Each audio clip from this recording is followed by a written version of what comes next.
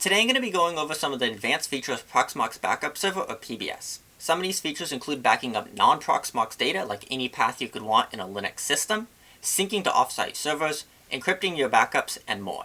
I'm also going to do a few performance benchmarks to see what type of hardware changes make what types of performance differences, just to see kind of how you can optimize the speed of your backups. This video builds upon my previous Proxmox Backup Server, or PBS video, so if you haven't seen that PBS video or used PBS yourself personally, I'd take a look at that video just to get a feel for what's going on PBS and learn some of the basics before we go into the more advanced topics. I'm also going to cover quite a few different topics, so I'm going to use chapters below to make it so you can easily skip to what you find the most interesting or useful for your use case. I'm first going to start taking a look at users and permissions.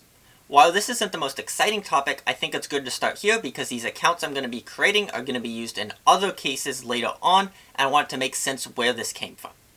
Setting up accounts for doing backups that have minimal access is important, because if you give those accounts all the full access or just use the root account for everything, if somehow that account was compromised, maybe for example an attacker could take over your Proxmox hosts and delete all your backups, which could make something like ransomware much worse in that example, so it's best to limit the access that all the accounts have and only use the very high level accounts like the root account whenever it is actually needed to use that account and not for just everything, for example. So what I'm going to do right now is I'm going to just add an account under user management under access control on this left part. So I'm going to add it and I'm just going to call it backup user in this example, and I'm going to set a sample password for this use case. Under Realm, it's going to use Proxmox Backup Authentication Server by default. I can set up LDAP realms or other things if I'd like in this Realms tab, but I'm not going to do that here. I'm going to click Add, and one thing to note is the realm here is going to be PBS, so if you're adding it somewhere, you're likely going to have to use backup user at PBS as the username. If I take a look at the permissions of this account, it has nothing. And when I log in as this other user, by default it'll use the Linux PAM. I want to use this Proxmox Backup Authentication Server, or PBS, and I'm going to log in with that. And it doesn't have any permissions, so I'm not going to be able to see anything. It shows things, but it says I don't see any data stores or anything, even though this is the exact same system. So what I'm going to want to do is I'm going to give it the minimal permissions it needs. So under permissions right now, I'm going to go Add, User Permissions, and then I'm going to say the path that I want it to have access to. This account, for example, is going to be just doing some backups to this data store that I have right here.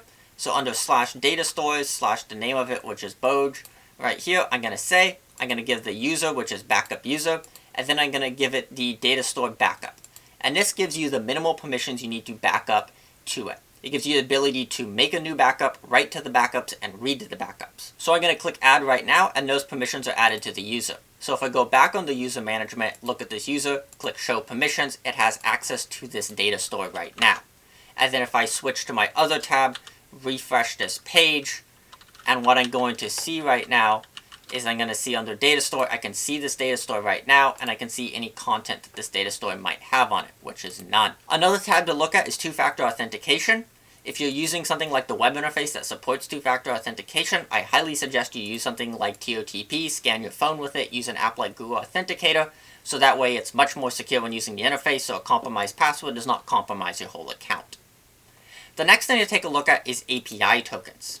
For every user, you can create API tokens, and these API tokens are able to be used primarily in something like the Proxmox Backup client in the command prompt. And the advantage of doing this is it isn't using your actual password, so that way you can easily disable an API token and give them specific permissions. So it's kind of like a sub-user you can kind of think of with its own thing.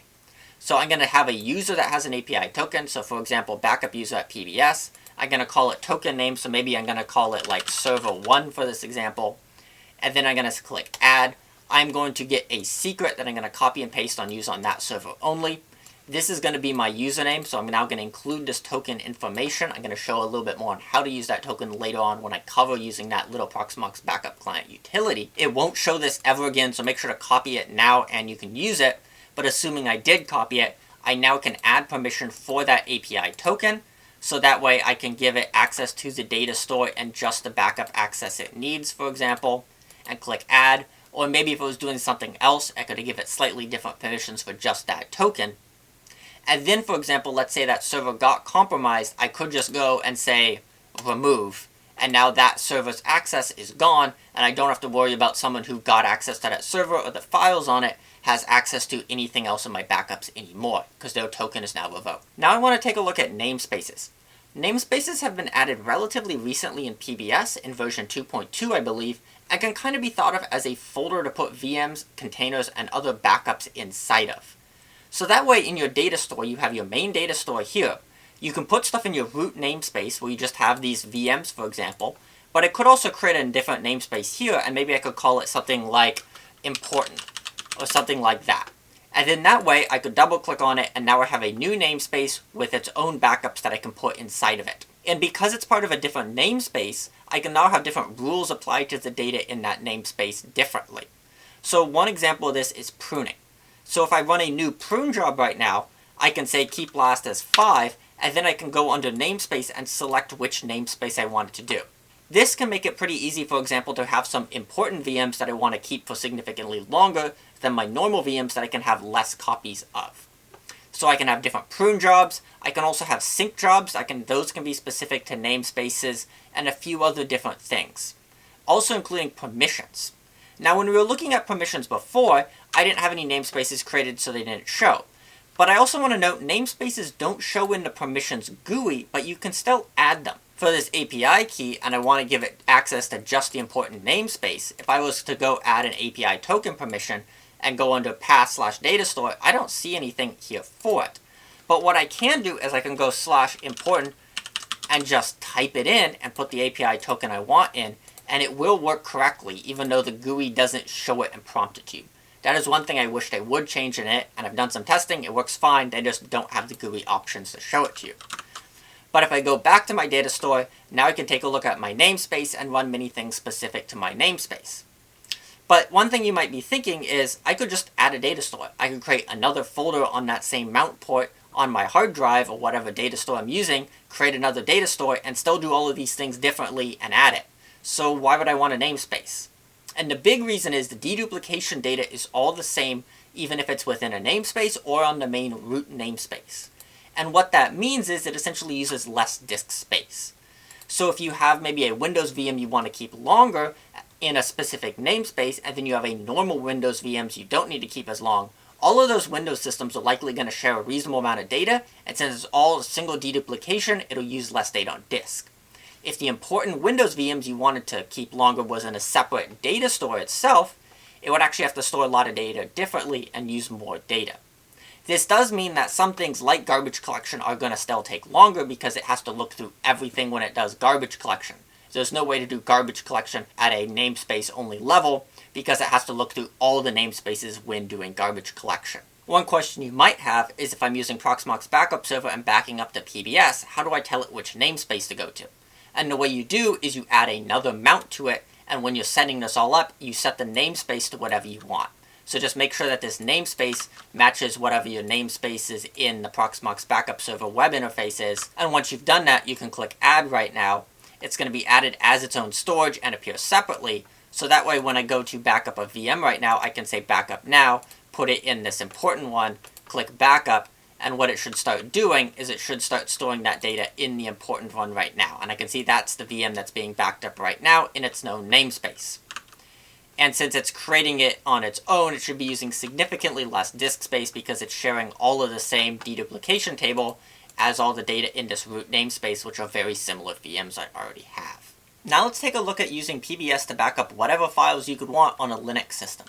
While PBS is designed to mostly back up Proxmox virtualization containers and VMs, Proxmox Backup Client can be installed and used to back up any file on a Debian-based system. Let's take a look at making that work now. First thing you'll want to do is install Proxmox Backup Client. And that's just a little utility that works with the main Proxmox Backup Server, runs in the command line, and allows you to make backups, restore backups, prune backups, and do other tasks. It's pretty much feature complete with the GUI, but is in the command line if you either like using the command line or if you want to script it or something like that. If you have a Proxmox virtualization system, it comes pre-installed with newer versions, but if you're on a normal Debian system that doesn't have it already, you can use the Proxmox Backup Client only repository here. You can copy and paste this into your /etc apt sources.list file, put it in there, apt update, apt install Proxmox Backup Client, and once that runs, you should have Proxmox Backup Client on your system. If you want to test if your system has Proxmox Backup Client, you can just run Proxmox Backup Client And if it runs successfully, showing you all the different commands you can use, you have it on your system. Now let's take a look at getting some backup jobs done now. So if I run Proxmox Backup Client Backup, it'll show me a few more options and all the things here. Another great resource is figuring out how you can use it to make backups and make that all work is the Backup Client usage page here.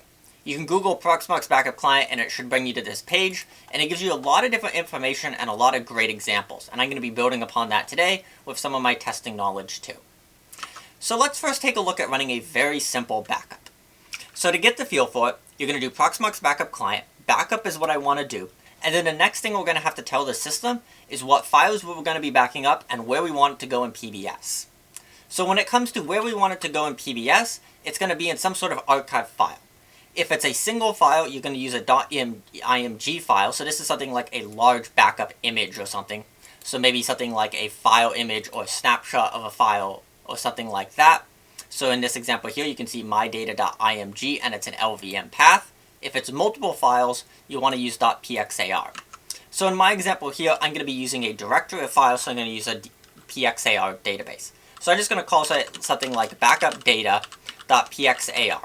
The naming here is going to be used when you refer to the backup files and restore it, and it doesn't matter and isn't related to the actual files you're going to be backing up. So then I'm going to do a colon, and then this is going to be the path that I want to back up on this system. So in this case, it's going to be this path here, and then it's going to be here. So now it's going to say, hey, take this data in this directory right here, back it up to this pxar database, and that's going to be put in my PBS repository. Now, how does it know what PBS repository to put it in? So I'm going to type in repository here, and then I'm going to type in my repository string. Now, there's a lot of different options here depending on how your permissions and all that sort of stuff is set up. And this little table is a great resource for figuring out what you need to do it, and it depends on your user that you're using, your host name and port that you're using, and your data store. By default, it assumes you're using the root@pam user, localhost with port 8007, so the only information you have to actually give it is the data store. But if, for example, it's on another system, you have to give it the actual host name that you want to connect it to and the data store.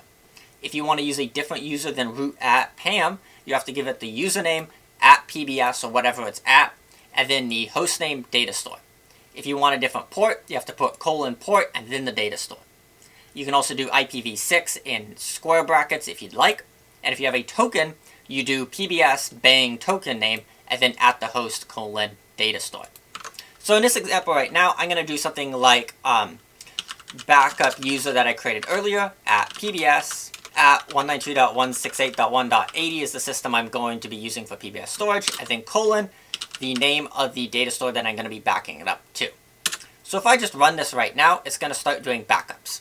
I've ran this command before, but if you haven't ran it before, it's going to prompt you for the password for that account, and you can type it in interactively. This can be great for interactive use, where you're actually typing in backups and doing it like this, as just a single user and running backups here.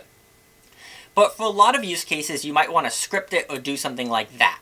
And in that case, that's where these environmental variables come in handy. So some of these environmental variables are the repository you want to use. So instead of doing -- repository, you could take that exact same information here and set it as an environmental variable. Some other options include PBS password for either the password you want to use or an API token secret. If you're using a password, you can also set it to an @password file. In scripts, it can also be really nice to set it to a password file. That way, that could be updated by something else if you want instead of the script.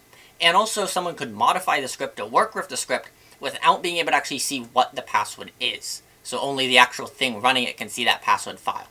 You can set up encryption, which I'll go over in a little bit. And you can also set up the fingerprint. And that's that same fingerprint that when you see on the dashboard and copy it to Proxmox VE fingerprint. And that's really nice, so that way no one can man in the middle attack you and see what all your backups are going to be. So how would you set these environment variables in a script? One great example is some of these scripts that I've created earlier for some of my backups. So in this example right now, I have a test password right here that I just set my name to as an example. And then I'm going to use export, the name of the thing, environmental variable, and then equals Brandon. You'd likely want to run quotes here if there's any spaces or weird characters, because that way it'll ignore it. And then I can run it right now. And since this environmental variable has been set, it knows that's the password for this account that it's going to be using later on. Another example I have is going to be using it with an API key. So if I take a look at this file right here, I can see I have an API key right here. I have my encryption password in quotes to make sure that if I put any weird characters or spaces or something, that's going to be handled fine. And then I have this API key that I copied from it, and I get all the advantages of using an API key. And since I'm using an API key, I have at PBS bang dat2, which is the name of the API key that I'm going to be using in this use case. Now switching over to interactive mode, there's a couple more things I could want to do with examples here. So one of those things would be namespaces. So I could set ns to that important namespace I set earlier. So that way when I run another backup, I'm not just going to have a backup on the top level. If I refresh it right now, I can see this host/pve test has been created here. But if I switch to important, I can also see a backup has been made here. Now one thing I want to talk about with namespaces that can be really important with Proxmox Backup Client is backing up multiple locations. If I wanted to back up multiple locations, there's a couple ways I could do that. First of all, I could just go add another path here. So maybe I could do it something like home data.pxar, and then I could do :/root as my home directory on this system. And that way, it's going to actually be backing up two things. This main backup store that I did earlier, and then it's also going to be backing up my home data into that home dat one. Now, one thing I do want to note is all of your backups on your host end up in the same place right here, and there's not really a way to change names. So if you want to back up files at different durations or different times, and you don't want to build them into one job like I did here, where it's one big backup job but with two tasks in it, I'd recommend putting them in different namespaces.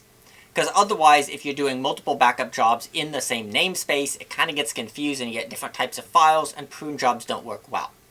So I would recommend either putting all of your backup files and stuff together, or putting each of them in different namespaces if you want to back up one drive super often, for example, and one drive less often.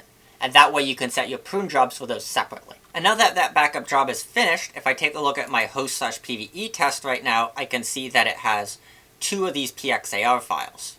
One of which is going to be that home dat, and one is going to be the backup one. So one question you might have is, if I run this backup job again, how does it manage doing it multiple times and when it comes to incremental and saving bandwidth and stuff like that? And what it does is if you run it a second time, it'll first download an information about what data already exists on the data store. And then it compares the data it's backing up to the data on the data store to save network bandwidth. Since essentially nothing has changed between the first backup I ran and the second backup I ran, it should save significant time because it's not actually sending any data to PBS. Although PBS always reads all the data from disk. So this means in this example, it still has to read all 12.2 gigabytes from disk every time, it just sends none of it over. The other thing you can do is if you only want to back up some files, is use exclusion files. So if I want to exclude files, for example, I can use a .pxar exclude file. And that, since it starts with a dot, that means that it's hidden, but what it'll do is it's going to be listed with all the files that I want it to skip. So in order to show off how exclusions of files work, I created a few extra empty little files right here. So normally when I run a backup, it's going to back up all of this data right here. But maybe I don't want it to do that. So I've actually created a hidden file. So if I run ls-a, it shows it. And if I show what's in that hidden file right now, I can see it has test1 and test2.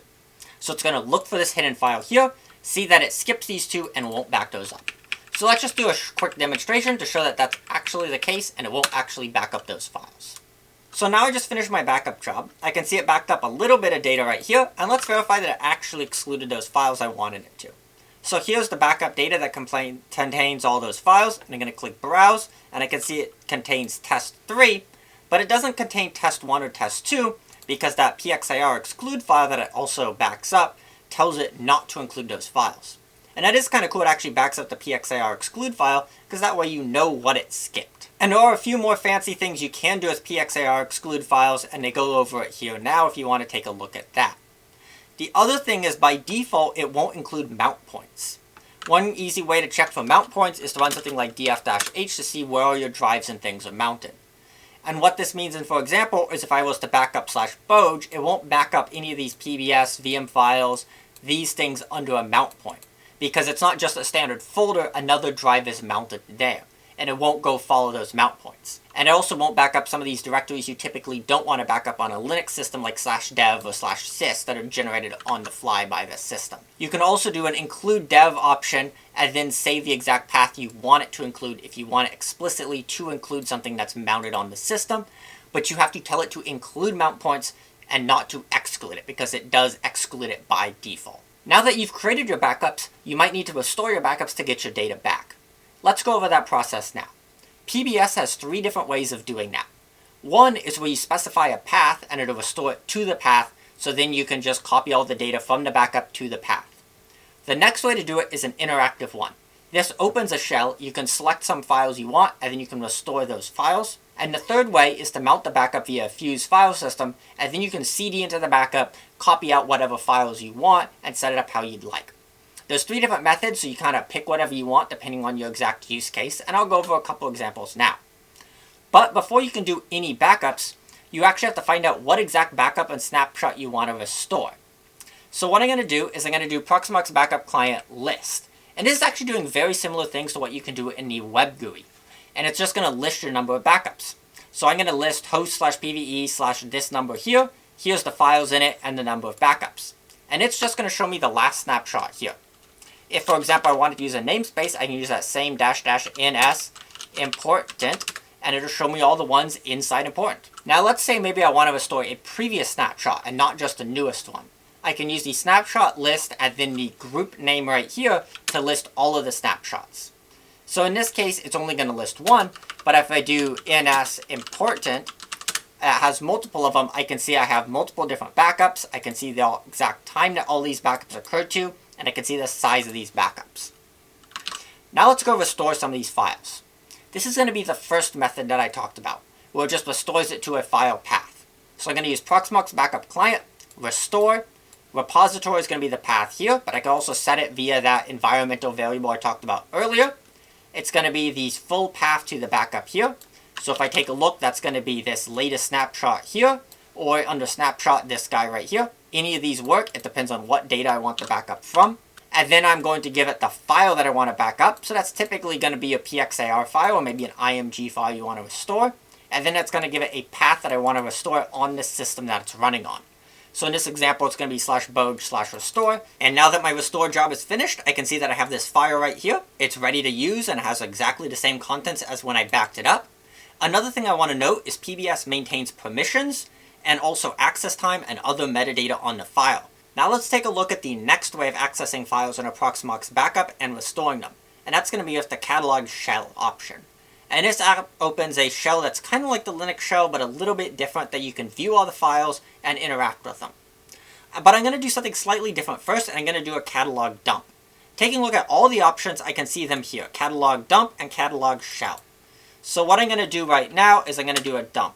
And what this would do is it'll just list everything within a catalog.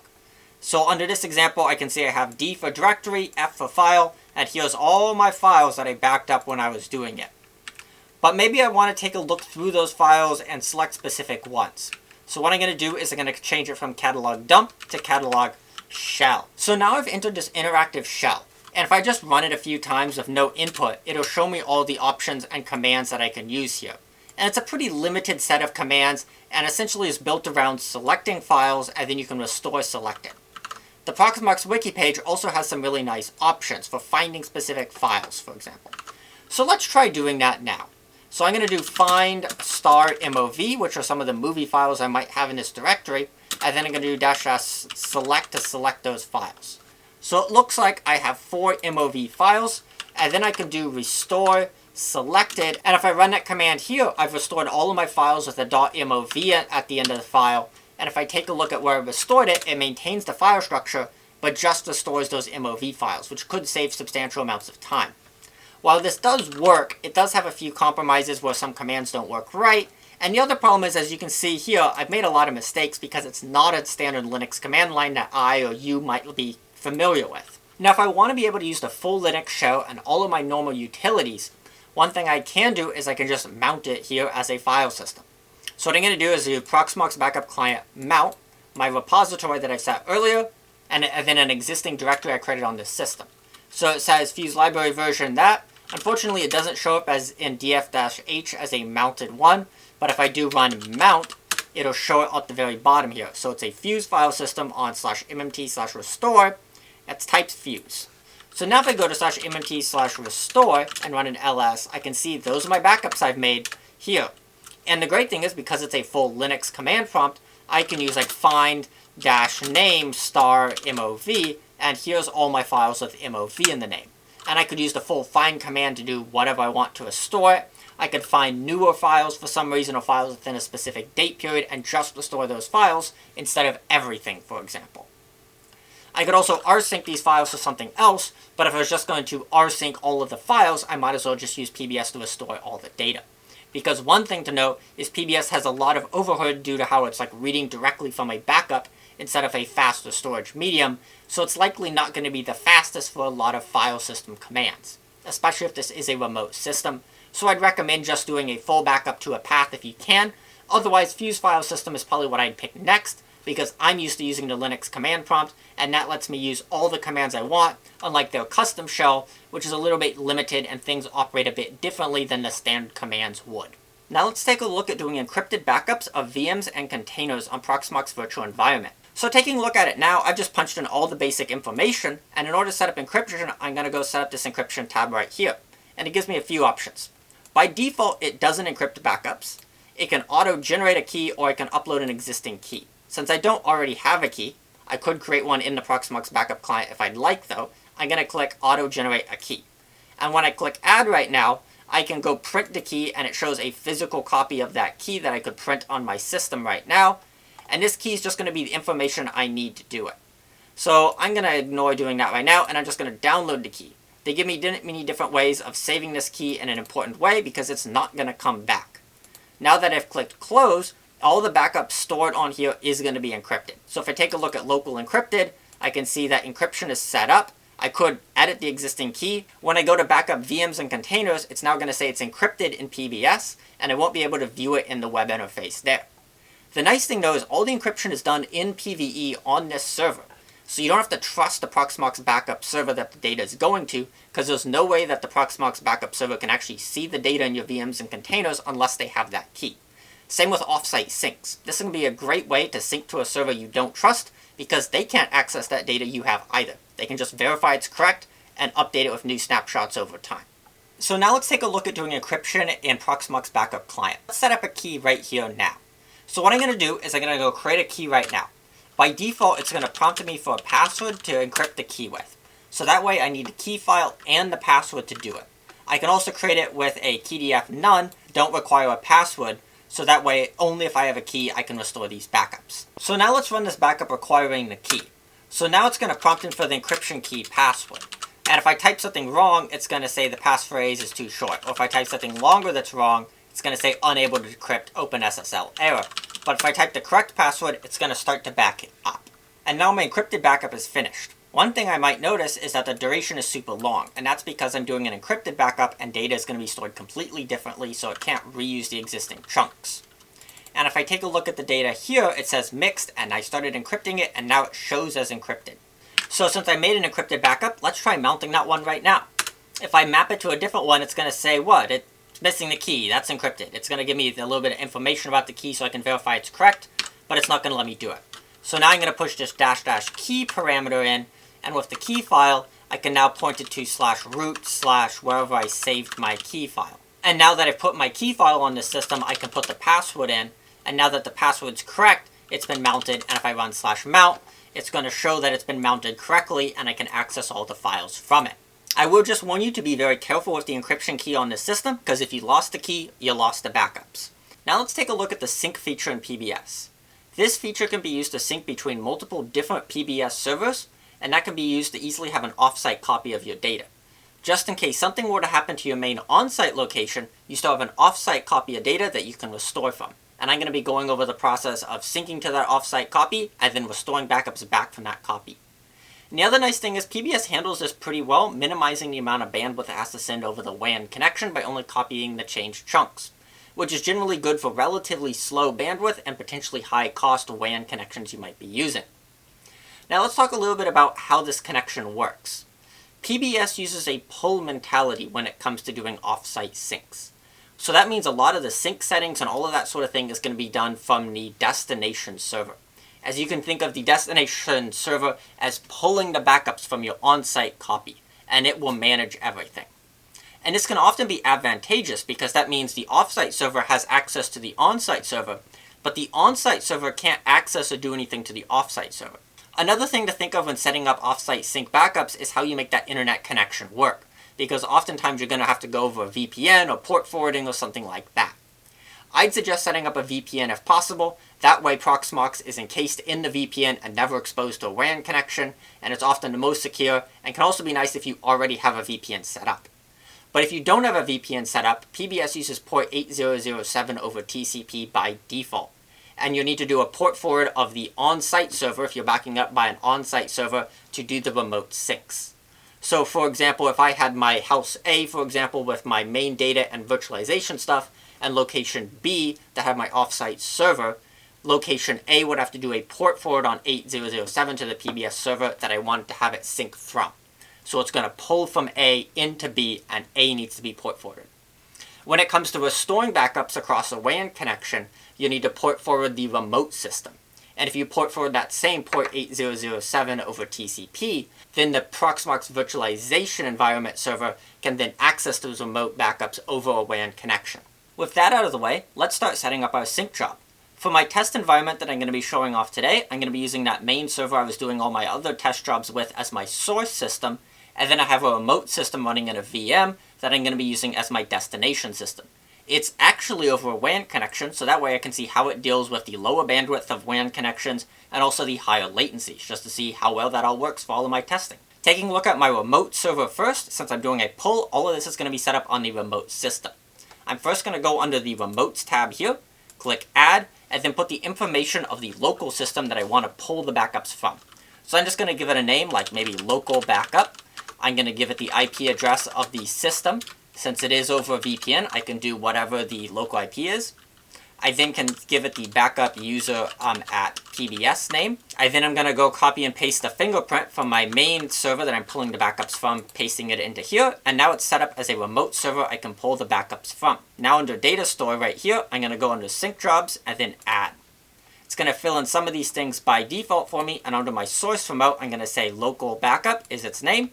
I'm going to say the data store that I want to back up. Max depth is how many backups down it should do, and I get an option if I want to remove vanished. And that means if the source system deletes a backup snapshot, it'll delete it on the destination. That means you can set up a prune job on the source system, and it'll essentially copy those prune jobs on the destination system. If you want to do something different, like maybe on your remote system, have it hold it longer backups but less frequent, don't check this and set up your own prune job. You can also set things like rate limits, put it into a different namespace on this system, and it's going to run every hour and do a new sync job every hour, but just to demonstrate, I'm going to run it now. And it looks like it says it's found 3 groups of sync. It's starting to sync that host/PVE test. It's going to start syncing the archives between the systems, and it should start to copy data. And if I go under content and reload it, it'll likely start showing these items here. My sync job is now finished. It took a little bit of time because there was a good amount of data on it, but it ran at about the speeds I'd expect from my WAN connection I was using.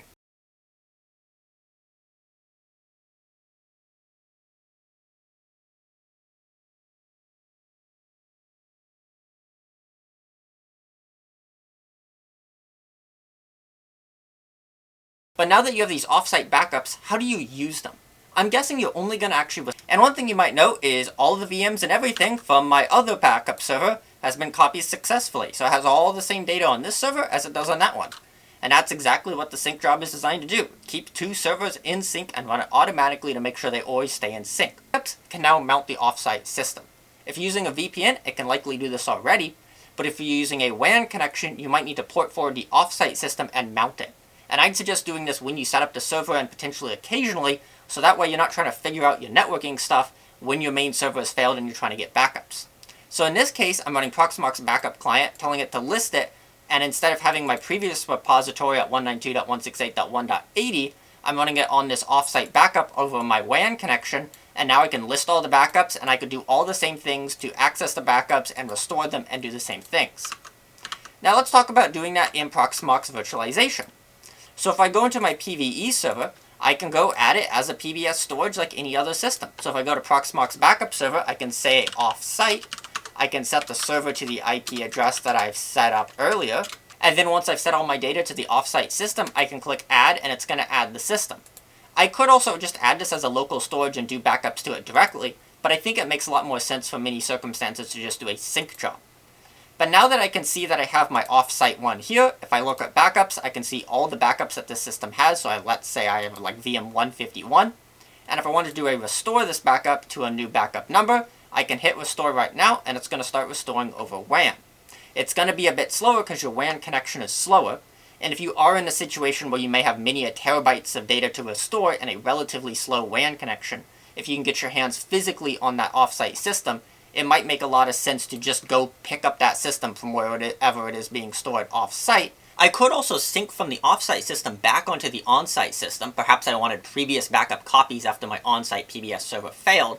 But if I'm doing a restore of VMs or files, I think it makes a lot of sense to just skip that middleman and restore directly, and it's likely going to be a faster way to get your VMs up and running again. Taking a look at the system right now, it's been a bit over a minute, and it's only 3% done with this relatively small VM. So it's not the fastest thing out there, but it is going over a WAN connection, and with my connection I'm getting about 60 megabytes per second, which, seeing the connection and other tests I've run on that connection, that speed makes sense to me. Now I want to take a little bit of a technical deep dive into how PBS works under the hood. I find it interesting to know how software is doing things under the hood, and sometimes it's nice to know what's going on under the hood to help make better hardware choices and make better software choices to use the features it has better. PBS is what I consider to be a chunk-based backup solution. And the way that it works is it takes your VMs, containers, and other files you're backing up, splits them into small files, maybe just a handful of megabytes, compresses those files, and then checksums them. And then whenever it makes a new backup, it takes that newly checksum chunk and compares and sees if one of those already exists on disk. If it does already exist on disk, it's going to mark it as already there and drop it, so it's just no longer needed as it's a duplicate chunk of data. And the reason they do it this way is it helps maximize disk space. A lot of other backup software uses full and incremental backups. These can use significantly more space on disk, especially if you want to keep older copies where you may be keeping multiple full backups. These full backups are going to be relatively similar to previous full backups and use quite a bit of additional data. The advantage of doing full and incremental backups like that is there are much less load on the file system and much less overhead to process. For example, if I wanted to delete a few older backups with a full/incremental backup chain, I just have to go delete maybe a dozen files on that system. But in PBS, if I want to delete an older backup, I have to do their garbage collection. The way that garbage collection works is it reads through all the backups on disk and then uses the touch command to touch the file, which updates the A-time parameter, which tells it when the file is accessed. Because of this, when using PBS, you don't want to disable A-time in your file system. This is often recommended in ZFS or other file systems to help performance, but PBS actually needs this parameter to keep track of which chunks are being used on disk and which ones aren't. And since PBS is using a large amount of files, often into the tens of thousands, hundreds of thousands, or even millions of files if you have a large data store, this can take a good amount of time to read all the backups and do this. One thing to help speed up these garbage collection tasks is to store it all in SSDs. But since SSDs are pretty pricey, it's often recommended to use a ZFS special drive. The ZFS special drives will store it as metadata. If you want to make a simple pool of ZFS special drives, you can use a command like this. So it's going to do zpool create a RAID Z, or essentially a RAID 5 type storage solution of a few drives, and then a special mirrored set of 2 SSDs to significantly speed up these operations. Here's a quick benchmark I ran of some garbage collection operations to see how big of a speed increase you can get. And using a special drive in ZFS will essentially give you the same speed up as using all SSDs for the data, because the data isn't being touched anyways. One thing to note with a special drive in ZFS is because it stores all the metadata, it is needed for the pool to work. So if you lose your special drives, you're going to lose all the data. And that's why it's recommended to use mirrored special drives, because then your special drive won't be a single point of failure for your ZFS pool. Now let's take a look at some of the performance benchmarks I ran. I ran these on different systems with different drives to try to compare when additional speed might be worth it and what it's most worth the upgrade. I primarily looked at CPU speed and disk speed. In all of my tests, I was using a 10 gigabit network, and it pretty much never seemed to be a limitation in my testing. I benchmarked 4 different tasks: creating backups, pruning the backups, doing garbage collections, and doing a restore from backups. When it comes to creating backups, I made a 4-drive RAID Z of either SSDs, hard drives, or hard drives with SSDs as special devices. And in my case, it didn't matter when it came to creating backups, likely because it was limited by the system making the backup anyways. In all of these cases, I was doing my initial backups at about 500 megabytes per second. But the one thing to note is these backups shot up to about 1,000 megabytes per second when I did it on a faster system. My slower CPU system was a dual Xeon Sandy Bridge system, which is pretty old now, and my faster system was a Core i9 system. In almost all of my testing, I noticed very low CPU cores used with PBS. Maybe one core, maybe a little bit more. It looks like most of PBS's operations and the backup operations in Proxmox VE that are backing up to PBS to be very lightly threaded. So likely you want to aim for clock speed instead of core count for systems using PBS or doing backups in PVE. When it comes to the prune job, anything with SSDs was quite a bit faster. But typically, pruning is a relatively fast job, so I wouldn't worry about optimizing that too much. On the other hand, garbage collection can take quite a while.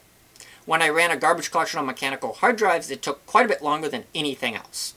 Adding a special drive significantly sped this up, and one thing I noticed with large backups on just hard drive configs, these garbage collection tasks can take quite long and can almost get in the way of other things, so I'd highly recommend having a special drive if you have more than just a few backups of VMs.